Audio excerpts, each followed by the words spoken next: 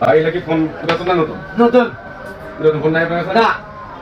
তো না তো লাগছে আপনার। এই আপনার নাম সিদ্দিক নাকি? আমার নাম ভারত সিদ্দিক। হ্যালো সিদ্দিক, দোকান কি আপনারই? হ্যাঁ, কোন দোকান দিলেন? এই আছে এক মাস হয়েছে। এক মাস হচ্ছে?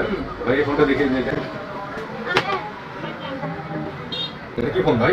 আপনার নাম কি? IPhone iPhone. দাম কত ভাই? 10,000। দাম কি করা যাবে?